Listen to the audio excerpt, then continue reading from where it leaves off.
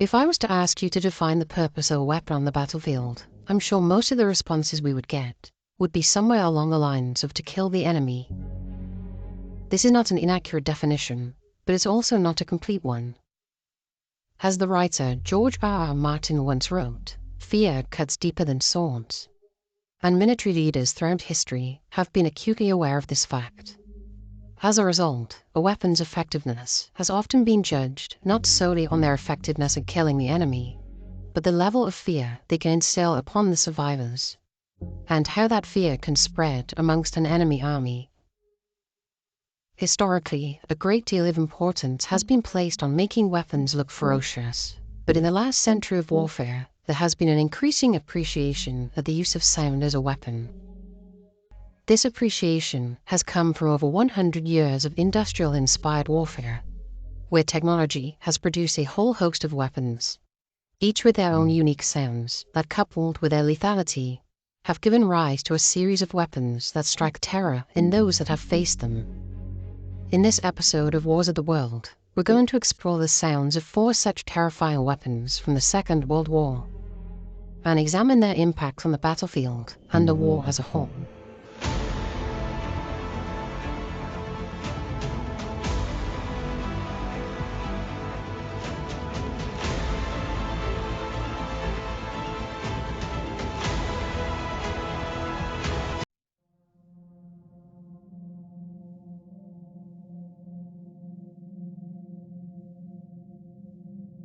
When it boils down to it, once all the advanced technology, such as aircraft and tanks, have finished softening up an enemy, the battle on land will eventually be decided by 2 groups of soldiers with guns. It is an inescapable fact that aircraft cannot hold ground, and while tanks can, they require fuel, maintenance, and ammunition, while at the same time are vulnerable to enemy troops hiding in forests or buildings, armed with anti-tank weapons, such as a bazooka or the vaunted Panzerfaust. It is for these reasons that there will always be a place for the infantryman in warfare, and as a result, so too will there be a place for infantry weapons. But while many have become symbolic to the nature of the wars in which they have fought through their appearances, such as the legendary M1 Garand or the German MP40 of World War II fame, only a handful have achieved such notoriety for the sound they produced, and how that sound became part of its effectiveness in suppressing enemy movements. One such distinctive sounding weapon is the German MG42 machine gun, designed as a more cost-effective alternative to the earlier MG34. The MG42 afforded German infantry extraordinary powerful area denial weapon, meaning that it was able to fire enough rounds to stop a numerically superior force from crossing any open ground, where there would be little cover for them to escape its deadly load of 7.92mm bullets. Even though it was supposed to be a budget alternative to its predecessor, the MG42 was able to spit out a staggering 1,200 rounds a minute, compared to the MG34's 850, itself an already impressive figure. When you consider most equivalent Allied weapons fired in the region of 600 rounds. This very high rate of fire had an unexpected advantage for the Germans, for when fired continuously, the MG42 produced a very distinctive dull sound, which meant that when Allied soldiers found themselves on the receiving end of this weapon, they knew how formidable the German position ahead of them were.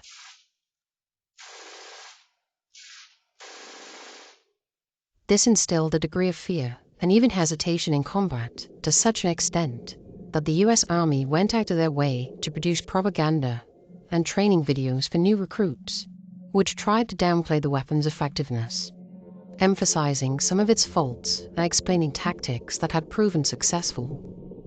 One such tactic was to simply wait for the 2 German operators to simply run out of bullets and attack while they reloaded. But even this was a risky move, for it took a well-trained crew around 3 to 4 seconds to reload and start firing again. Allied soldiers quickly came up with nicknames for the sound the weapon made, but the most common example was Hitler's buzzsaw, since US soldiers who had come from working in the mills likened the sound to a buzzsaw cutting through wood.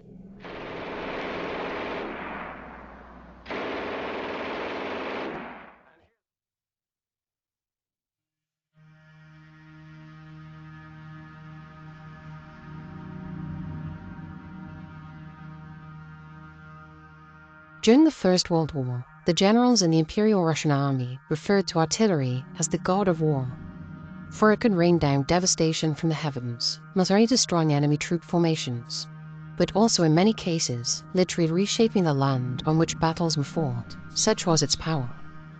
While Lenin and his communist forces may have done away with most of the old imperial ways after the 1917 revolution, this high regard for artillery was one of the few ways of thinking that prevailed into the Soviet era. The Soviet Union's Red Army always favored one tactic above all other, and that was to simply overwhelm an enemy with their sheer weight of numbers, and of course heavy firepower. As the world seemed to be rearming in the late 1930s, Soviet engineers began development of a new artillery piece, but instead of the usual gun-type weapon, this one would employ rockets instead of explosive shells. The result was the Katyusha rocket artillery system. Rocket artillery was by no means a new weapon in 1939. The ancestry of the weapons, like the Katyusha, can be traced back to ancient China, but they had never really seen wide-scale adoption by the industrial powers of Europe and North America, who preferred the gun-type artillery. Mainly because, until the 1930s, the chemistry wasn't available for them to have the range to be effective weapons. The Katyusha, on the other hand, and others like it, were now starting to compete conventional artillery and offered some notable advantages. For one thing, the launcher was extremely cheap, simple to build, and could be mounted on any number of vehicles, already being produced with little effort. This had the added advantage that it was very mobile, being able to relocate quickly after firing its full salvo, thus making it difficult for the German army to fire a counter-barrage of artillery shells. The Katyusha rockets could deliver a deadly explosive payload onto a large target area, and could devastate troop or tank formations alike with great efficiency. But there were two notable drawbacks. Firstly, the rockets proved to be less accurate than artillery shells, meaning they were only really effective when attacking a large target area, such as a staging ground or defensive line. Secondly, it took considerably longer than artillery guns to reload a full salvo. Nevertheless, for the Soviets, the advantages far outweighed the drawbacks, and over 100,000 vehicles were produced. For the German soldiers, the sound of the Katyusha, as it was fired and then flew through the sky, came to be the soundtrack to their misery on the Eastern Front.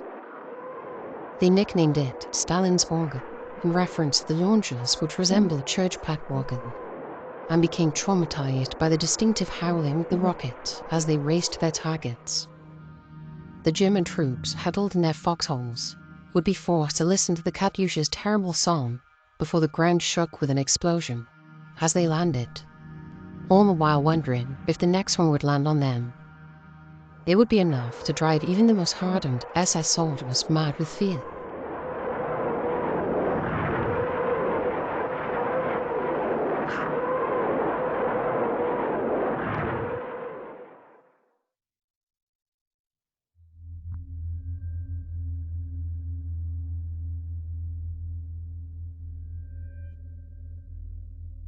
Between September 7, 1940 and May 11, 1941, the cities of the United Kingdom were subjected to a series of air raids by bombers of the German Luftwaffe or Air Force.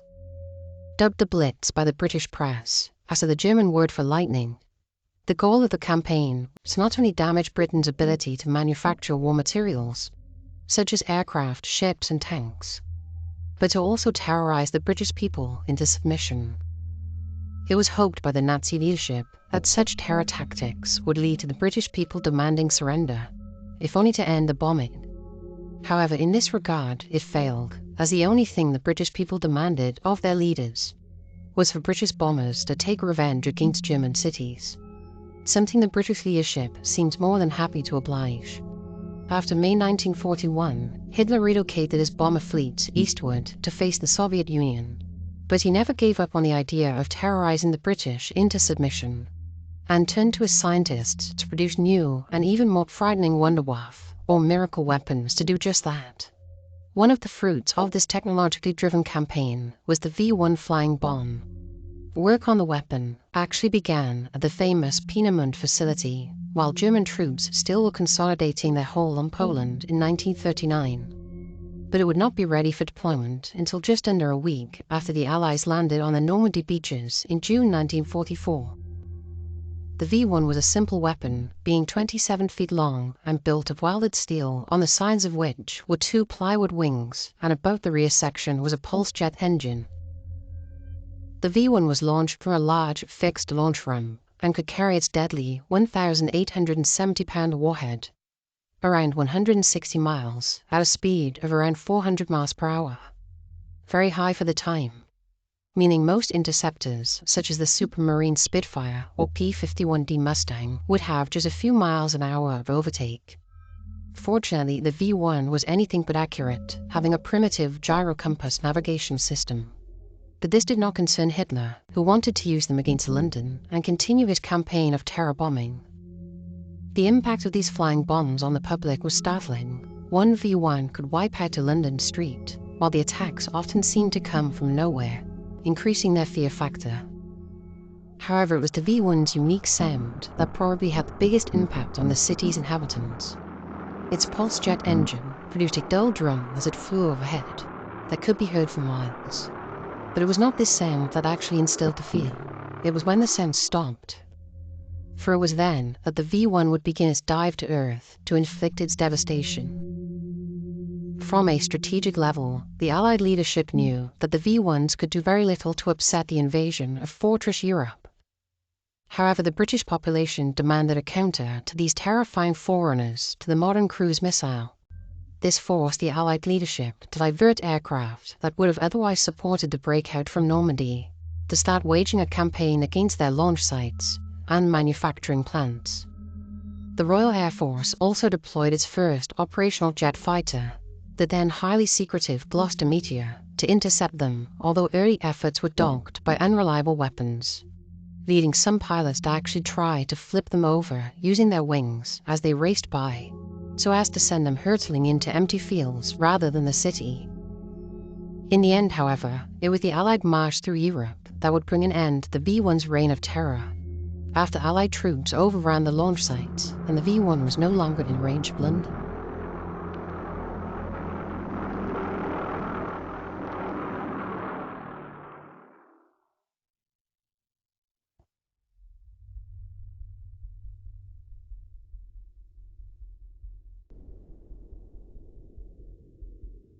As we touched upon in the previous entry, the leadership of Nazi Germany firmly believed in the use of terror as a weapon.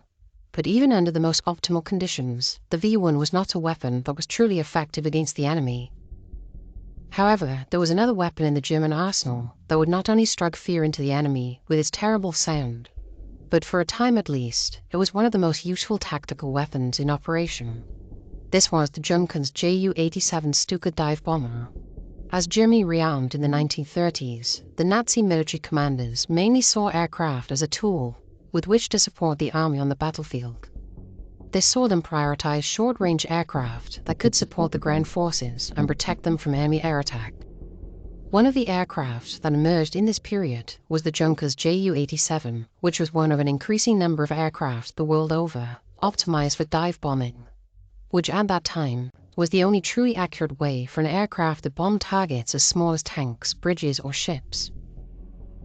With its distinctive inverted gull-shaped wings, it cut a menacing profile. Even when sat on the ground, it was often likened to a vulture stalking around for easy prey to pick off. During the invasion of Poland, and then in the Blitzkrieg in the West, German fighter pilots reigned supreme, allowing the Stuka pilots to attack targets at will. Their accuracy alone was terrifying enough for Allied soldiers as they droned overhead before beginning their death dive. But the German High Command wanted to capitalize on the fear this bird of prey could instill, and so they came up with a novel plan. They fitted a siren in the wings that would wail loudly as the aircraft dived onto its target.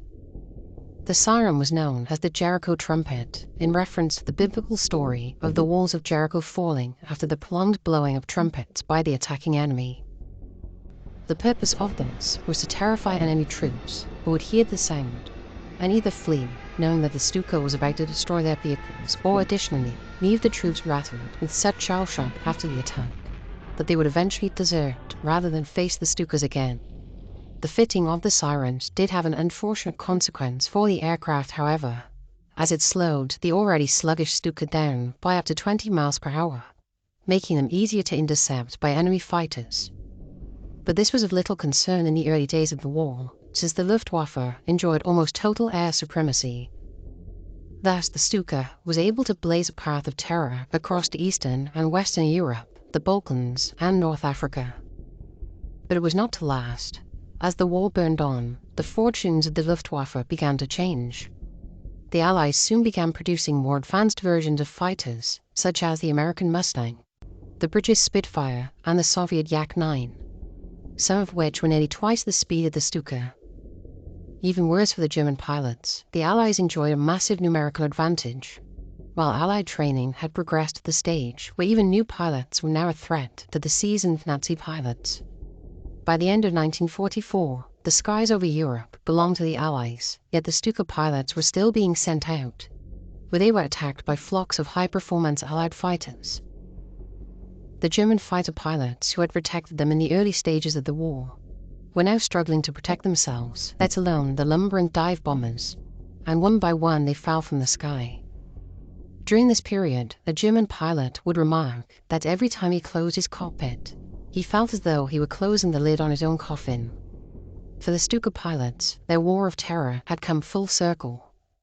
Whereas the men on the ground once feared the terrible battle cry, now the Stuka pilots fear the awesome drone of a sky full of Allied planes, and having almost no defense against them.